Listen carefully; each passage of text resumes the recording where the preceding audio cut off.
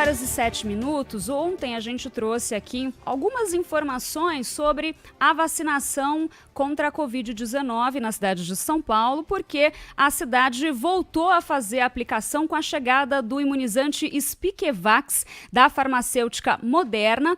E para pegar mais detalhes e entender um pouquinho melhor, agora a gente está na linha com o Luiz Arthur Caldeira, que é o coordenador de Vigilância em Saúde da cidade de São Paulo, para a gente pegar os detalhes dessa vacinação.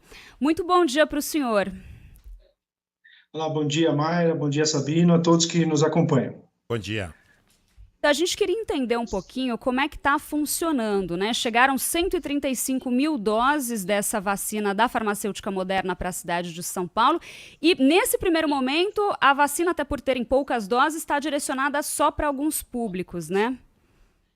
Sim, neste momento, eu diria que desde janeiro de 2024, o Ministério da Saúde colocou como elegíveis, ou seja, as pessoas que podem receber doses de reforço contra a Covid-19, dois grandes grupos específicos. Um grupo por faixa etária, que são justamente as crianças a partir de 6 meses de idade, e um outro grupo por grau de exposição e potencial gravidade ao se infectar com a doença, que são as pessoas de 60 anos e mais, as gestantes puérperas e imunocomprometidos. Além disso, o Ministério da Saúde, já desde janeiro de 24, e agora não é diferente, também elencou aquele grupo de profissionais mais expostos à contaminação para se vacinar, como, por exemplo, os trabalhadores da área da saúde, as pessoas que vivem e trabalham em instituições de longa permanência, pessoas com alguma condição que lhe coloca mais em risco, como, por exemplo, as pessoas com deficiência permanente, pessoas com comorbidades. Então, esses grupos elegíveis, eles são os mesmos desde janeiro de 2024, e neste momento, o que houve, na verdade, foi a mudança do tipo da vacina, né? Houve uma atualização da vacina, então a cidade recebeu, assim como o Estado, uma vacina contra a Covid-19 mais atualizada, onde esses mesmos grupos elegíveis, apontados pelo Ministério da Saúde, poderão receber a vacinação agora do laboratório Moderna. Deixa eu entender uma coisa com o senhor. Bom dia, Marco Antônio Sabino. Deixa eu entender uma coisa com o senhor. Não está vencendo o prazo da imunidade das pessoas que tomaram a vacina da Covid? Não era hora de todo mundo tomar a vacina da Covid de novo? Ou eu estou enganado? Essa é uma questão que o Ministério da Saúde tem avaliado, sim, Sabino, muito por conta da capacidade, né, de ainda estar imunizado todas as pessoas frente ao vírus. O que se observou? O Ministério observou que naquele momento da vacinação em massa de toda a população, todos conferiram uma imunidade mínima que lhe coloca ali numa posição muito mais favorável do que antes, quando não havia nenhum tipo de vacinação. No entanto, quando se observa os pacientes que ainda internam e que têm o perfil de casos de maior gravidade, observou-se que são grupos mais específicos, que são justamente as pessoas com comorbidade, que no momento da infecção da Covid, ela pode aí principalmente ter um quadro mais grave por conta da descompensação da sua comorbidade, da sua doença de base. Os idosos, justamente por ter já um sistema imunológico mais comprometido, então eles tendem a perder essa imunidade com mais facilidade ao longo dos anos. E as crianças, pelo momento, justamente pela justificativa, pelo critério contrário, as crianças, elas demoram um pouco mais para formar a sua capacidade de se imunizar. Por isso, elas precisam continuar vacinando e também os idosos continuar vacinando e as pessoas, por exemplo, com comorbidades. O Ministério fez esse estudo de tal sorte que observou que esses grupos são aqueles que tendem a ficar mais vulneráveis ao passar do tempo da última dose. Por isso, o Ministério da Saúde aponta esses grupos como que devem continuar recebendo anualmente a vacinação. Nos casos dos idosos, por exemplo, das gestantes puérperas e das pessoas com imunossupressão, o Ministério indica de 6 em 6 meses. As outras categorias de 12 em 12 meses. A população em geral, neste momento, o Ministério da Saúde vê que não é necessário ser revacinado, que já estão completamente vacinados contra a Covid-19. Bom, mas logo, logo nós vamos ter que vacinar todo mundo de novo, né? Isso vai depender justamente de como é que vai se comportar a história natural da doença, né, o quadro epidemiológico. O que nós temos observado, Sabino?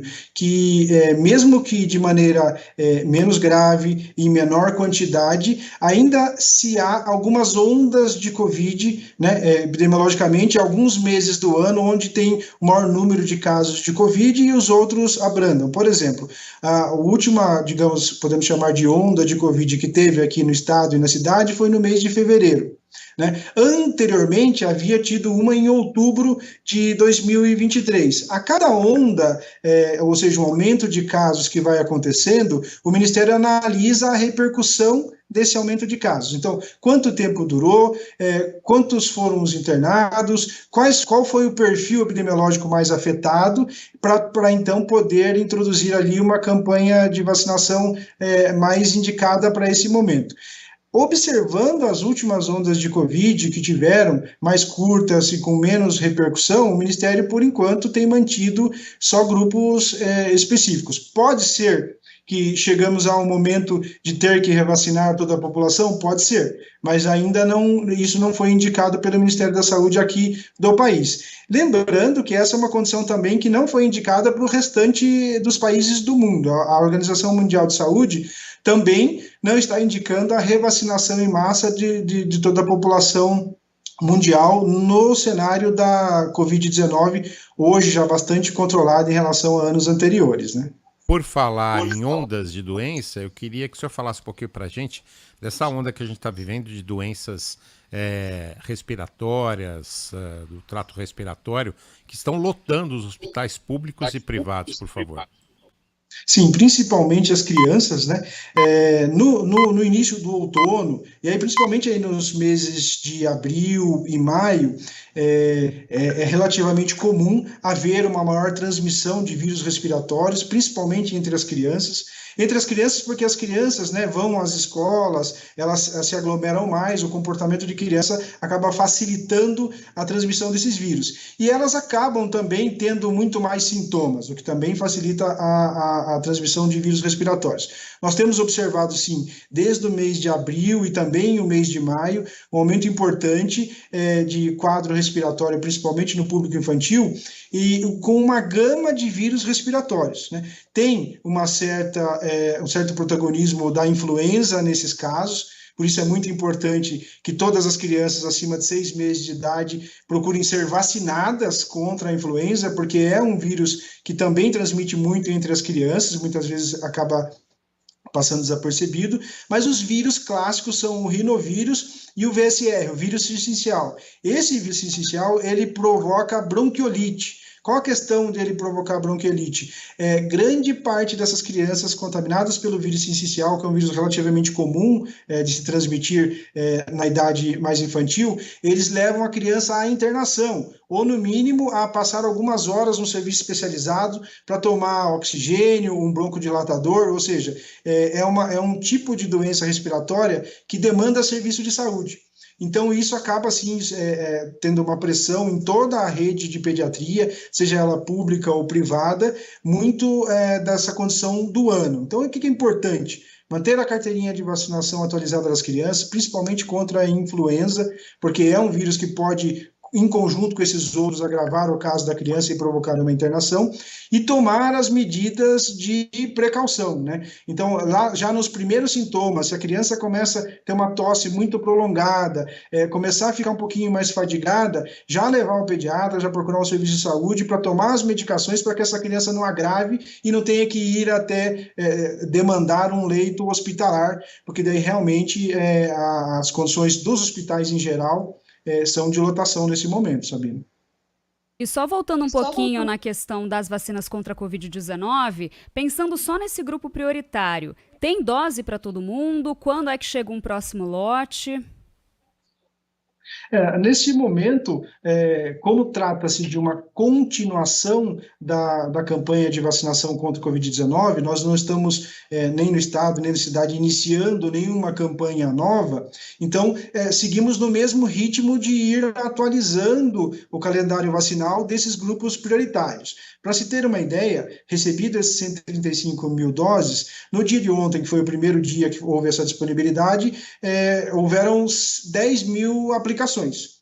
Então, isso deve se manter pelos próximos dias. Então, teríamos aí para cerca de algumas semanas a possibilidade de vacinação. O Ministério da Saúde tem informado que enviará novos lotes aos municípios. Então, nós imaginamos que essa condição de desabastecimento que houve aí recente no último mês, quando terminou, né, os estoques se esgotaram da bivalente agora com a chegada da Moderna, nós imaginamos que não deva acontecer mais esse cenário de desabastecimento, que as pessoas do grupo elegível possam seguir se vacinando normalmente na cidade de São Paulo.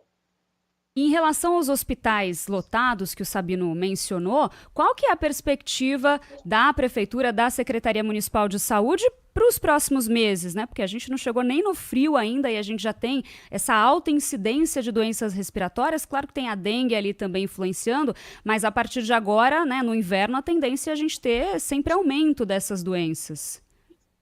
Há uma característica, Mayra, das doenças respiratórias nas crianças, de elas acontecerem justamente nesse período anterior ao frio, né? Então, justamente quando começa o outono, já é esperado que no mês de abril e maio tenha esse aumento de casos do público infantil, e para o frio mesmo, mais para o inverno, você pode até ter um aumento de internações, um aumento de casos, mais de adultos e principalmente de idosos, principalmente no contexto da influenza, né, das síndromes respiratórias agudas graves causadas por influenza em idosos. Não é comum esse quadro de um número grande de crianças com vírus respiratórios permanecer de abril, por exemplo, até agosto. Ele tende a ser num primeiro momento, onde é um momento aí um período mais clássico para o aparecimento dessas doenças, e já na época de junho, julho, acaba tendo esses casos diminuindo nas crianças e podendo aumentar nos adultos, principalmente nos idosos e nas pessoas que têm comorbidades, né? E em relação à dengue, como é que a gente está, como é que é o passo da vacinação? A vacinação para dengue na cidade, ela está disponível para um público de 10 a 14 anos, né, para aquelas crianças que nunca receberam vacinação contra a dengue, para fazer a primeira dose, conforme diretriz do Ministério da Saúde. Importante, essa criança e adolescente de 10 a 14 anos, ela não pode ter tido diagnóstico de dengue, né, não pode ter tido diagnóstico de dengue há menos de 6 meses atrás, ou seja, a criança de 10 a 14 anos que teve dengue deve esperar 6 meses para se vacinar. A cidade vacinou, até o momento, 168 mil crianças e adolescentes, de um lote de 185 mil doses que foram recebidas, então aí cerca de 20 mil doses disponíveis na cidade, que tem tido aí uma adesão mais lenta do que o restante das vacinas, mas tem sido vacinada a população. A cidade segue vacinando esse grupo de 10 a 14 anos com a primeira dose contra a dengue. Ainda há disponível essa quantidade de vacina nas UBSs da cidade. Aguardamos, logicamente, o recebimento de um número maior de vacinas para continuar fazendo essas primeiras doses, haja vista que o público geral de crianças e adolescentes na cidade é cerca de 750 mil crianças, ou seja, há necessidade de se avançar nessa primeira dose. E a cidade também aguarda do governo federal, do Ministério da Saúde, o envio de lotes para fazer a segunda dose dessas crianças e adolescentes, que devem justamente aí no período de 3 meses receber essa segunda dose. Luiz Arthur Caldeira, coordenador de Vigilância em Saúde da cidade de São Paulo. Obrigada pela entrevista. À disposição, um abraço a todos. Obrigado.